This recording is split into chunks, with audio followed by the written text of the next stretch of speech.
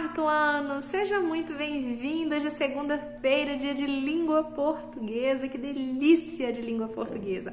Então, eu estou esperando por você. Pega seu material que eu já estou chegando.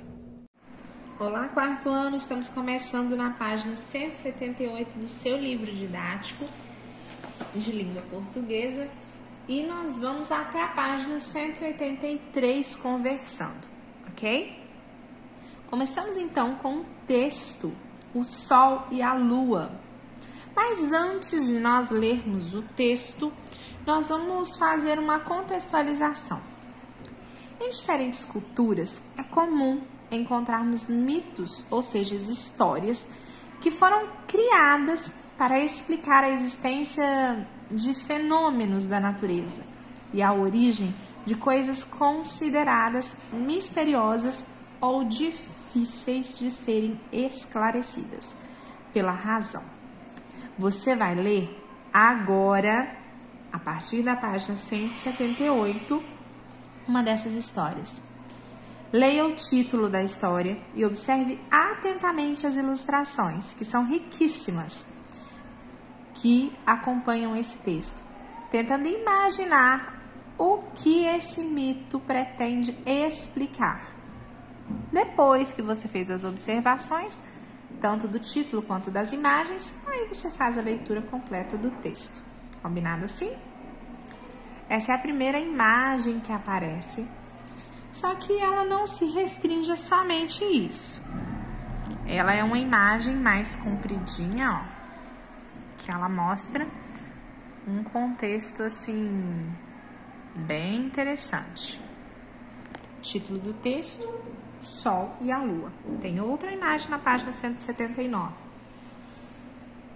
O Sol tinha acabado de passar um pouco de curare em suas flechas e guardava a zarabatana bem à mão, pronto para atirar.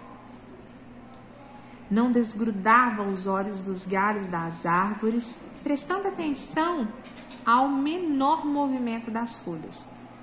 De repente, ouviu uma gargalhada que o fez voltar-se. Sem perceber, acabara de passar por um garoto que estava sentado ao pé de uma árvore, com dois magníficos papagaios. O sol se deteve e resolveu descansar um pouco junto deles.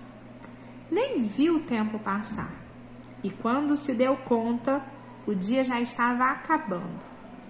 Não conseguia sair de perto dos dois papagaios que tanto o divertiam. Assim, propôs ao menino levar os dois papagaios em troca do seu colar de plumas.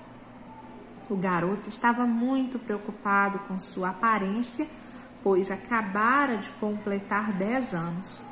Agora já poderia pintar o corpo com urucum e genipapo. A partir de agora, você vai continuar a leitura do texto. Lembrando que ele tem algumas coisas para serem bem entendidas. Algumas palavrinhas, nós temos o significado bem abaixo aí do seu texto. Tia Regiane, é importante lermos essas palavrinhas? Claro, são palavras que nós costumamos não usar no nosso dia a dia. Então, são interessantes para a compreensão do texto. O texto, ele começa na página 178 e finaliza lá na página 180. Então, você vai ler completinho o texto para compreender melhor, para fazer a interpretação e a compreensão do texto. Combinado? Na página 181, nós já temos o início da interpretação. Primeira atividade: a história que você leu tem origem indígena e é bastante antiga. Como você acha que ela chegou até os dias de hoje? que você acha? Geralmente, o mito ele é contado e recontado de geração em geração. Lembra que nós já falamos isso decorrente de outros textos? Por isso, ele se manteve vivo, chegando aos dias de hoje. A atividade número 2, ele contextualiza algumas respostas que você vai verificar o que está certo e o que está errado. Os mitos procuram dar explicações para fatos, fenômenos com origem desconhecida.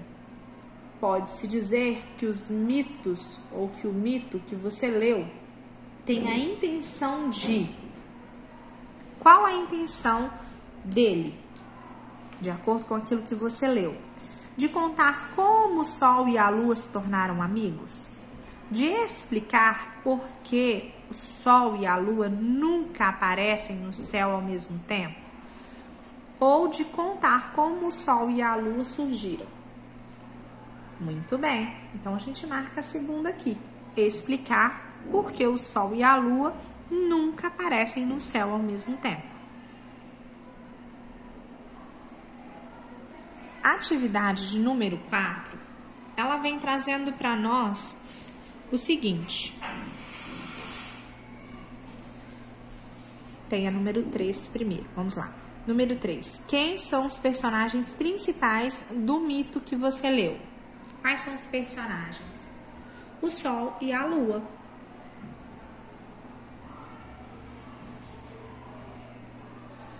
Certinho? Número 4 agora. É possível saber quando e onde aconteceu a história que é contada? Você vai comentar com os colegas e com o professor se é possível saber quando aconteceu e onde aconteceu a história. Perguntinha 5. A voz que narra a história que você leu também participa dela ou não participa dela? Não participa dela. Nós notamos que é alguém que não estava ali naquele momento. Atividade de número 6. Ela pede para você numerar os trechos de acordo com a ordem dos acontecimentos narrados o Sol e a Lua, certo? Então, você vai fazer o seguinte, você vai ler todos os trechos, ou seja, todas as alternativas, porque nós vamos ter que saber a sequência para colocar número 1, número 2, número 3. Aqui não é para marcar X, certo? Aqui é para colocar qual é a primeira sequência, qual é a primeira parte. Por exemplo, a nossa primeira parte aqui, dentro da leitura que já foi feita primariamente, o Sol caçava quando passou por um garoto que estava sentado ao pé de uma árvore com 2 magníficos papagaios. Esse aqui é o número 1, correto? Agora, de acordo com a leitura que eu fiz, o número 2 seria este aqui, ó. O Sol trocou seu cocar de plumas pelos 2 papagaios do menino. Um dos papagaios foi adotado pelo seu amigo Lua. Entendeu? Agora você vai procurar qual é a terceira parte do texto. E assim você vai colocar a sua sequência aqui. Mas primeiro você tem que ler o texto, depois você vai ler todas as alternativas e vai colocando as pecinhas no lugar. Atividade na página 182, número 7. O texto lido apresenta acontecimentos maravilhosos. Isso é, que são impossíveis de ser explicados pela razão. Você vai comentar sobre esses acontecimentos maravilhosos aí que acontecem no texto. Nós podemos ressaltar aí os papagaios, né? Que lá no texto eles se transformam em moças. O Sol e a Lua são personificados. E assim por diante, você pode separar alguns trechos aí ou alguns pensamentos aí bem bacana. Número 8. o Sol e a Lua são representados de modo como os conhecemos ou foram modificados pela imaginação popular. O que acontece com eles? Você vai colocar se eles são como nós vemos ou se ele foi modificado. E explicar o que aconteceu. Atividade número 9, ele pede para você reler o trecho. Qual trecho? Esse trecho que aparece aqui, ó. Esse trecho. E depois responder as perguntinhas que estão aqui. Número 9, então, vamos ao trecho. Os 2 papagaios se transformaram pouco a pouco em 2 moças encantadoras, de cabelos longos, pretos e brilhantes, como a noite sob a chuva. Letra A. Que características dos cabelos das moças podem lembrar a noite sob a chuva? Você vai sublinhar no trecho. Então, você não vai responder, você vai sublinhar. Então, vamos lá. Ele fala que eram cabelos longos, pretos e brilhantes. Agora, a letra B. Para relacionar os cabelos das moças à ideia da noite sob a chuva, utilizou a palavra como e fez-se uma. O que ele fez? Uma substituição, uma comparação ou uma negação? Ele fez uma comparação, né? É como, ó, cabelos longos, pretos e brilhantes, como a noite sob a chuva. A letra C, ele pede para você conversar com os colegas e com o professor, com base nessa descrição, como você imaginou seriam os cabelos das moças. A resposta é pessoal dessa questão. Número 10, releia agora este trecho, prestando atenção nos sinais de pontuação empregados. Vamos lá, agora você precisa fazer a leitura na íntegra para poder entender quais são os sinais de pontuação que aparecem. Logicamente, eu não vou falando porque você já sabe que o travessão é um sinal de pontuação, a vírgula é um sinal de pontuação, o ponto de exclamação também é, certo? Ponto final também é. Então, vamos lá. Depressa. Não temos muito tempo. Hoje, eles disseram que chegariam mais cedo. Temos de acabar antes que voltem. Quando chegam da caça, eles vêm tão cansados. Então, nós já relemos o trecho, prestando atenção nos sinais de pontuação empregados. O que o travessão indica? O travessão, ele indica sempre uma fala. Nesse caso, a fala é de quem? De um dos papagaios, já transformados em quem? Em moça. Agora, a letra B. Veja que o ponto de exclamação aparece 2 vezes. Assinale a afirmação que melhor indica a função desse sinal no trecho. Qual é a opção correta? Uma dessas está errada. Então, você vai marcar apenas a que estiver correta. Primeira alternativa. O ponto de exclamação ajuda a intensificar a ideia de pressa no trecho, além de expressar emoção e sentimento. Está correto? Vamos ler a outra opção. O ponto de exclamação indica pergunta. Ponto de exclamação indica pergunta? Não. Ponto de exclamação ajuda a intensificar a ideia de pressa, de urgência, né? Então, só por aqui já está errado. Ponto de exclamação nós não usamos com a finalidade de perguntar nada.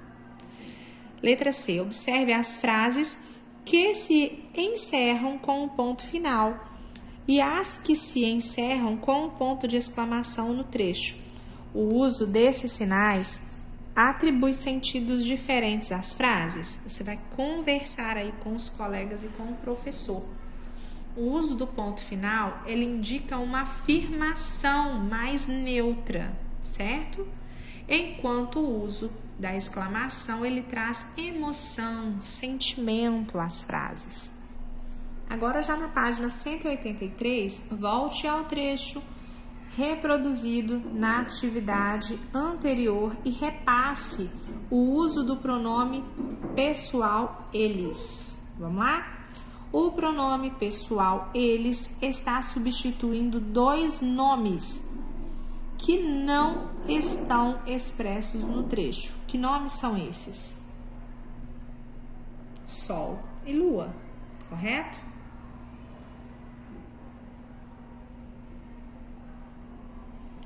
Agora, como você descobriu esses nomes?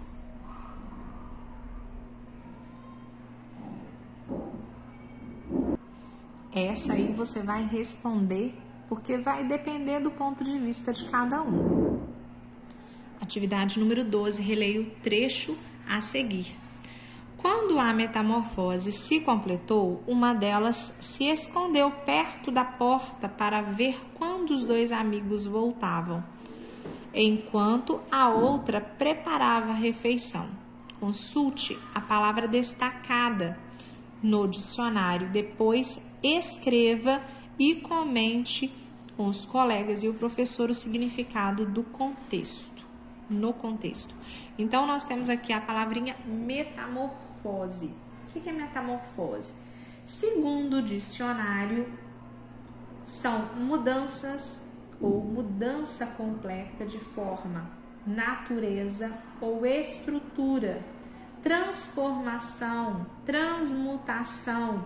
No texto, então, significa o processo de transformação dos dois papagaios em moça. Agora, a atividade 13 pergunta assim: você gostou de ler esse mito? Quem você acha que gostaria de ler esse texto? Essa é bem pessoal, né? Mas você vai ver um público que geralmente gosta desse tipo de texto. Vamos ao conceito? Mitos são histórias criadas coletivamente para explicar a origem das coisas do mundo. Costumam apresentar acontecimentos mágicos e são transmitidas oralmente de uma geração para outra.